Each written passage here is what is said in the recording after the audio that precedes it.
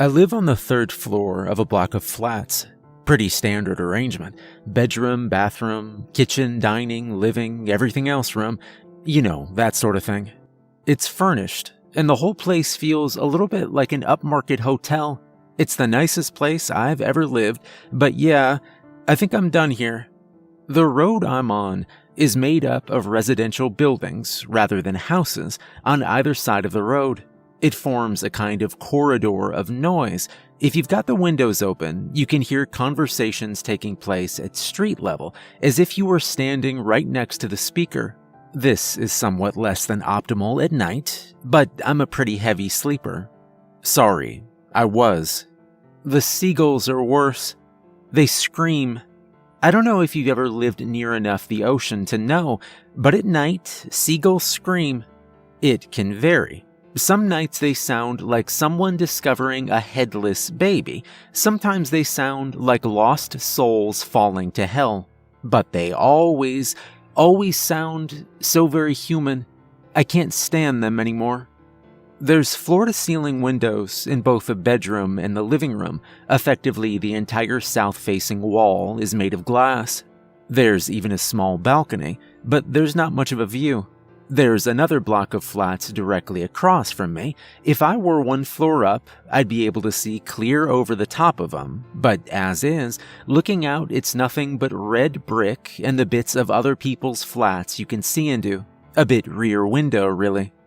There's a staircase going up the middle of those flats, with glass running its entire length. It's about 20 feet away from our balcony, so you've got a pretty good view of people coming and going, if that's your thing. It's not mine, normally. Something happened in those flats the other night. It was 4 a.m. when I was woken up by a couple who were returning from an evening out. The younger gentleman's conduct at whatever club they had patronized that evening had apparently been less than exemplary, and the young woman was voicing her displeasure at some volume. To put it bluntly, she was screaming her head off. I'd been drinking, at home and alone, not that it's any of your business, the night before, and was starting with an absolute belter of a hangover. The man of the pair was now defending himself at a similar volume against these accusations as they moved on down the street. I wondered if there was anything around I could throw at them. My throat felt like I'd swallowed a pint of sand and tasted like something was dying in there. I reached out to my bedside table to find my water glass empty. Brilliant. I swung my feet out of bed, and my head took a sickening lurch off to one side. I stood up and shambled my way into the kitchen. I'd left the blinds open on the living room window. It was a light night. It barely ever gets dark in summer. I downed a glass of water, felt sick, and poured myself another to take in more slowly. I wandered over to the window. I was bollock naked, which was a bad sign. I only went to bed like that when I got really trashed, but screw it. If people wanted to look through my window, that was their problem. I stood there for a little while, looking down at the street. I was lonely, to be honest, and wishing I'd been out. You might know the feeling. All my friends are pretty settled. Their Saturday nights revolve around a glass of wine and a new pasta recipe. And no one seems to want to go out and get wrecked like we did in the good old days. I could go out alone, but what would be the point? It's not a pleasant feeling, knowing that everyone else is doing a better job of growing up than you. I'd had just about enough of feeling sorry for myself and was about to head back to bed when I noticed a girl walking down the street below. She was tall, she looked my height at least, and I clear 6 foot barefoot. I liked her dress. I mean, you could write what I know about fashion on the back of a postcard and still have room for the first scene of Hamlet, but it was short and it was low cut, and thereby ticked every box as far as I was concerned. I watched her for a while. She stopped at the door of the flats opposite. She'd be climbing the stairs any moment, and that would mean she'd be looking directly at me for half her trip. I closed the blinds. I wasn't quite so devil-may-care about nudity when it came to a hot girl, it seemed. The lights flashed on in the stairwell, and she started walking up. The way the staircase is positioned, you see people walking up half of one flight and half of the next, first towards, then away from you, over the course of 4 floors. They're out of sight for the other half of the time. I watched her climb the stairs. I decided she was the most beautiful girl I'd ever seen. I had a vague idea that I'd watch which floor she went to, then seek her out and take her for my wife the next day. The possibility exists that I may still have been drunk from the night before. The automatic lights flashed on as she came up each staircase, first walking towards me. She was blonde, she had the face of an empress. Then away, she had the sort of body it should have been illegal to display in public without a license. The lights snapped off behind her. It was like she had a spotlight following her. She reached the top floor and went off to the left, out of sight. And there I was, stuck on my own again, as I'd always been, of course, but it had been nice to feel otherwise for a while, no matter how ridiculous that was.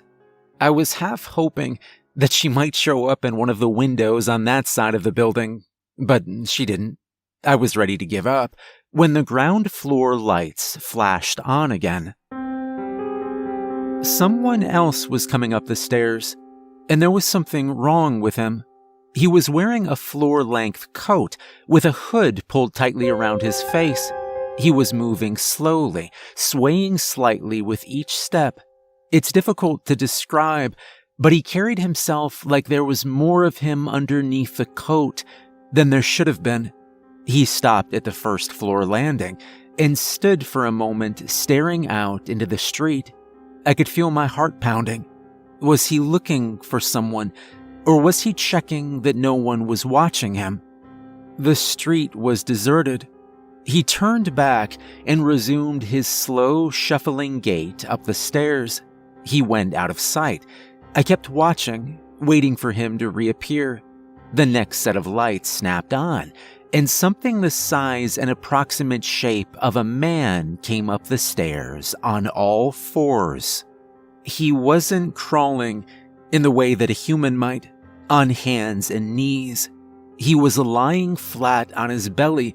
He was using his arms and legs, but he was undulating his body from side to side, moving impossibly fast, practically flying up the stairs. I watched, horrified. I think I would have screamed, and I don't know what would have happened then, but there was part of my mind, the main part, I believe, that refused to accept what was happening. It couldn't grasp it in any real sense. I was dreaming. I was mad, but it was not possible that this hooded figure that walked like, but not quite like, a man was worming its way up the stairs faster than I could have taken them at a run. He disappeared up another staircase, the last before the top floor, and when he reemerged, he was walking upright again, with that same strange, shambling movement. He was heading for her room. He was following the girl I'd been watching. It's not my disbelief that bothers me. I assume that's pretty natural in this sort of situation. No, what kept me from going to my phone and calling the police, and the reason I'm beginning to hate myself, is that I didn't want to cause a fuss.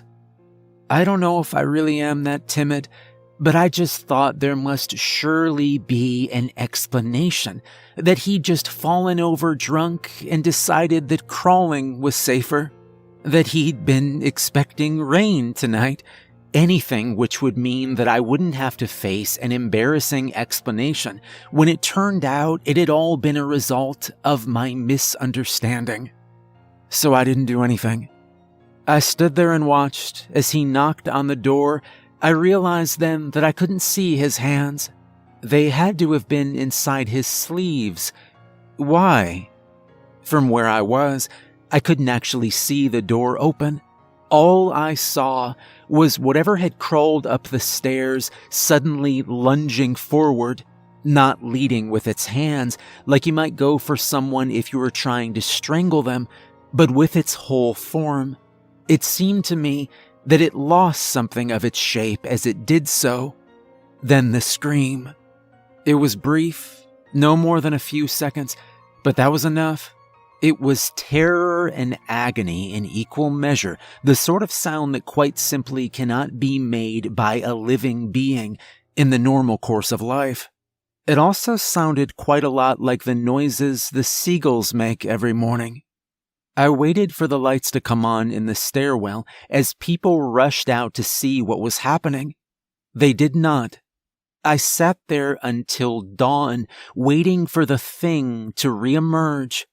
It never did. I kept a watch on that building all through the next day, waiting for the police to arrive.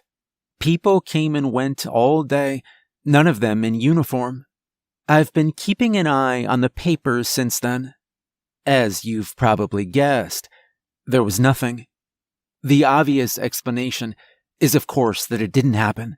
I dreamt it, or I'm mentally ill, whatever. The thing is, though, I can't bring myself to believe that. I can still remember all too clearly how it felt. Not the fear, but the paralyzing indecision, the agonizing over whether or not to do something, to tell someone, that was all too real. I spent a few nights afterwards watching the street outside, always from behind the blinds. I've not seen that man, or whatever it was, since. I don't think he knows I saw, but I'm gonna have to move out anyway. I think I'm at the start of a nervous breakdown. I can still see the way he moved up the stairs. I have to use the lift now. And every time the seagulls give out one of those dreadful screams, so like the one I heard that night, I feel like I'm gonna break down crying. And, of course, how do I know it's really seagulls at all?